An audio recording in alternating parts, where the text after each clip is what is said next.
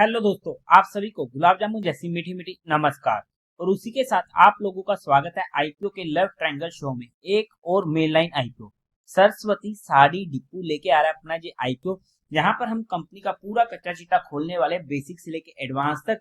But अगर मैं starting में इसमें अपने पर्सनल डिसीजन की बात करूं तो ऑलमोस्ट सर्टेन है कि मैं इसे एटलीस्ट रिटेल कैटेगरी में स्टडी करना चाहूंगा।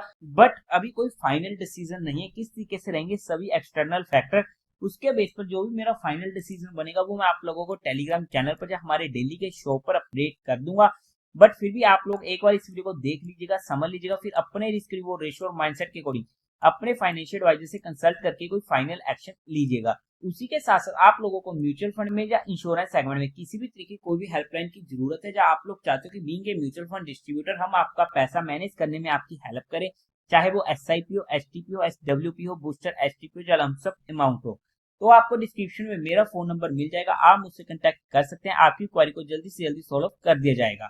अब अगर हम कंपनी की बात करते हैं तो ये कंपनी इनकॉर्पोरेट हुई थी 1996 में। और कंपनी के काम की बात करते हैं तो ये इंगेज होने वाले in the manufacturing and wholesale women apparel. मतलब कि मोस्टली ये कंपनीज का अगर बिजनेस की बात करते हैं तो ये साड़ीज का बिजनेस करती है। और कंपनी का जो भी ये सारा बिजनेस होने वाला है वो होलसेल B2B सेगमेंट में होने वाला है और एंगेज होने वाली है in the wholesale business of other women apparel, जैसे कि kurti, dress material, blouse pieces, lehengas, bottoms etcetera. Company का जो रेगुलरली सोर्सेस होने वाला है वो होने वाला है sari and other women apparel, जिसे ये कंपनी 900 सप्लाईज के through across different states of India में सेल आउट करती है। कंपनी के प्रोडक्ट लिस्ट में more than 3 lakh different stock keeping units होने वाले हैं। और मेजरली इनका जो पोर्शन सेल किया जाता है, इनके प्रोडक्ट सेल किए जाते हैं, वो साउदर्न एंड वेस्टर्न रीजन में किए जाते हैं, जिसमें से मेनली महाराष्ट्र, गोवा, कर्नाटक, तमिलनाडु आ जाते हैं। और कंपनी सर्व कर चुके हैं more than 13,000 unique customer in physical 2024 year. But company का 90% से ज्यादा का रेवेन्यू हमें साड़ी की सेल से देखने को मिलता है। एज ऑफ जून 30, 2024 कंपनी के पास 314 एम्प्लॉयमेंट होने वाली है इन वेरियस डिपार्टमेंट। आप यहाँ पर चेकआउट भी कर सकते हैं कि यहाँ पर 2023 में साड़ी की तरफ से इनका रेवेन्यू है 91.94% का और वहीं पर 2022 में 91% का। मतलब कि मेन बिजनेस ही इनका साड़ी का होने वाला है। अगर हम आगे इनको थोड़ा सा स्टडी करने की कोशिश करते हैं कुछ इंटरनल रिस्क फैक्टर की, तो जो इनका जो मेन एरिया होने वाला है जहां पर ये अपने प्रोडक्ट्स को सेल करती है वो आ जाता है वेस्टर्न जोन और उसी के साथ साथ साउदर्न जोन। वेस्टर्न जोन में कंपनी का अगर हम फिजिकल 2023 में देखते हैं तो 81% सेल इनकी वेस्ट एरिया में हो रही है और ऑलमोस्ट 18% सेल हो रही है इनकी साउदर्न में। नॉर्थ और ईस्ट में तो इनकी सेल बिल्कुल ही नामात्र होने वाली है, जो फिर से एक बाउंडेड एरिया हमारे पास हो चुका है। अगर हम ओवरऑल में कंपनी के काम की बात करते हैं, काम अच्छा है, सेगमेंट अच्छा है, बट हाईली कम्पिटिटिव सेगमेंट ये होने वाला है। और कंपनी का खुद का भी यही कहना है कि हमारे सेगमेंट में किसी भी तरीके की कोई भी दिक्कत आती है, लाइक साड़ी की सेल कम होती है या इन फ्यूचर कि लोग साड़ी पहनना कम कर देते हैं, जैसा कि हमें देखने को मिल रहा है कि अब मोस्टली साड़ी क्योंकि पहननी काफी ज्यादा डिफिकल्ट होती है, तो वहां पर लोग भी अपने आप को कंफर्ट देने के लिए अब सलवार सूट वगैरह पहनना शुरू कर चुके हैं, या वेस्टर्न ड्रेसेस पहनना शुरू कर चुके हैं। तो धीरे धीरे इनका क्रेज कम होता जा रहा है। या फिर अगर हम कहें कि ये कोई नया प्रोडक्ट लॉन्च करती है, कोई नया डिजाइन लॉन्च करती है, उसकी सक्सेसफुल होना या ना होना, या फिर रॉ मटेरियल के रेट्स वगैरह बढ़ते, तो ये सारे इंटरनल रिस्क फैक्टर होने वाले जो कंपनी के हमें DRHP में देखने को मिल रहे हैं। अब अगर हम कंपनी के टेंटेटिव टाइम टेबल की बात करते हैं तो वहां पर ये IPO ओपन होने वाला है 12 अगस्त को, क्लोज होगा 14 अगस्त को, अलॉटमेंट होगी 16 अगस्त को, रिफंड मिलने शुरू हो जाएंगे 19 अगस्त से और आपके अकाउंट में क्रेडिट हो जाएंगे शेयर फ्लोटेड 19 अगस्त को। टेंटेटिव लिस्टिंग डेट होने वाले 20 अगस्त की, फेस वैल्यू रहेगी 10 रुपीज पर शेयर की, प्राइस बैंड होगा 152 से 160 रुपीज पर शेयर का, लोड साइज होगा 90 शेयर्स का, टोटल इशू साइज है 160.01 करोड़ का, छोटी सी साइज का ये इशू होने वाला है, जिसमें से फ्रेश इशू रहेगा 104 करोड़ का और बाकी रिमेनिंग रहेगा OFS 56.02 करोड़ का। NSE BSE दोनों पर ये IPO लिस्ट होने वाला है। कोटा की बात करते हैं तो क्वालिफाइड का 50% का, रिटेल में 35% का और HNI में 15% का होने वाला है। रिटेल कैटेगरी में एक लॉट हमें पड़ेगा 90 शेयर्स का, जिसकी अमाउंट पड़ेगी 14,400 रुपीज की। स्मॉल HNI में मिनिमम 40 लॉट्स के लिए अप्लाई करना पड़ेगा, जिसकी अमाउंट पड़ेगी 2,01,600 रुपीज की।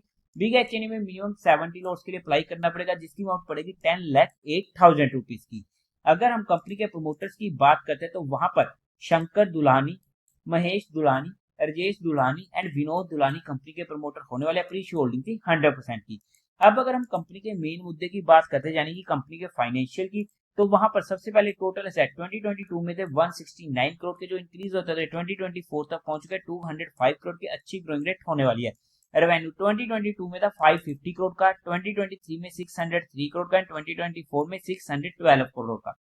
2022 से 2024 में एक डिसेंट ग्रोइंग रेट देखने को मिली है, बट 2023 से 2024 में हमें एक स्टेबल सी या फिर हम कहें ज्यादा ग्रोथ देखने को नहीं मिली है। प्रॉफिट आफ्टर टैक्स 2022 में था 12 करोड़ का, 2023 में 22.97 करोड़ का, 2024 में 29 करोड़ का। यहाँ पर हमें अच्छी ग्रोइंग रेट देखने को मिल रही है, बट यहाँ पर कंपनी के रेवेन्यू नहीं बढ़े हैं, बट कंपनी के प्रॉफिट आफ्टर टैक्स मार्जिन बढ़े हैं, यानी कि कंपनी ने यहाँ पर अपने प्रॉफिट मार्जिन को यहाँ पर इंक्रीज करने की कोशिश करी है। नेटवर्थ की बात करते हैं 64.91 करोड़ की। टोटल बोरोइंग्स कंपनी के 43.49 करोड़ की होने वाली है। ओवरऑल में अगर हम फाइनेंशियल्स की बात करते हैं तो ओक्यो के फाइनेंशियल यहाँ पर हम बोल सकते हैं ज्यादा अच्छे नहीं बोलूंगा, क्योंकि हमें रेवेन्यू में इतनी ज्यादा ग्रोथ देखने को नहीं मिल रही है, बट इतने बुरे भी नहीं होने वाले हैं। अब अगर हम बात करते हैं कंपनी के ऑब्जेक्टिव की, क्यों आ रहा है आईपीओ, तो वहां पर इनको फंडिंग, वर्किंग कैपिटल की requirement and general corporate purpose. अगर हम फंडामेंटली चेकआउट करने की कोशिश करते हैं तो मार्केट कैपिटलाइजेशन है 633.6 करोड़ की, आरओई 58.88% की अच्छी है, रिटर्न ऑन कैपिटल एम्प्लॉयमेंट 64% का अच्छा है, डेट टू इक्विटी रेशियो 0.67 का कंफर्टेबल है, रिटर्न ऑन नेट वर्थ 45% का अच्छा है, प्राइस टू वैल्यू 14.97 की, प्रॉफिट आफ्टर टैक्स मार्जिन 4.83 का, जो कम मार्जिन हमें देखने को मिल रहा है। ईपीएस प्री आईपीओ 6.94 की, पोस्ट आईपीओ 5.8 की कम होने वाली है, पीई प्री आईपीओ 23 की एंड पोस्ट आईपीओ 27.58 की। ओवरऑल में अगर हम फंडामेंटली बात करते हैं तो फंडामेंटल हमें वहां पर अच्छे देखने को मिल रहे हैं। अब अगर हम बात करते हैं पीयर टू पीयर कंपटीटर्स में, तो वहां पर गो फैशन जिसका पी है 71.8 का, साई स्किल्स काला मंदिर जिसका पी है 21.34 का। अगर हम इसके जीएमपी की बात करते हैं तो ऑलमोस्ट 21% के करीब का हमें देखने को मिल रहा है। और वैल्यूएशन वाइज बात करते हैं according to 2024 financial year data, तो फिर से एक ऐसा आईपीओ होने वाला है जो ना ही सस्ता आ रहा है ना ही महंगा आ रहा है और फुली प्राइस्ड होने वाला है। तो किस तरीके से रहेंगे एक्सटर्नल फैक्टर, वो एक मेन क्राइटेरिया होगा, उसके बेस पर जो भी रैंकिंग बनेगी वो मैं आप लोगों को अपडेट कर दूंगा। बट हमने यहाँ पर किसी भी तरीके को भी इन्वेस्टमेंट टिप्स या एडवाइस नहीं दी है। फिर भी आप लोगों को कोई भी काम करना या कोई भी एक्शन लेना तो एक बार अपने फाइनेंशियल एडवाइजर से कंसल्ट करके लीजिएगा। तो देवियों और सज्जनों, उम्मीद है आप लोगों को ये वीडियो अच्छी लगी होगी, तो इस वीडियो को लाइक कीजिएगा, शेयर कीजिएगा और साथ ही साथ चैनल को सब्सक्राइब करें। हर हर महादेव।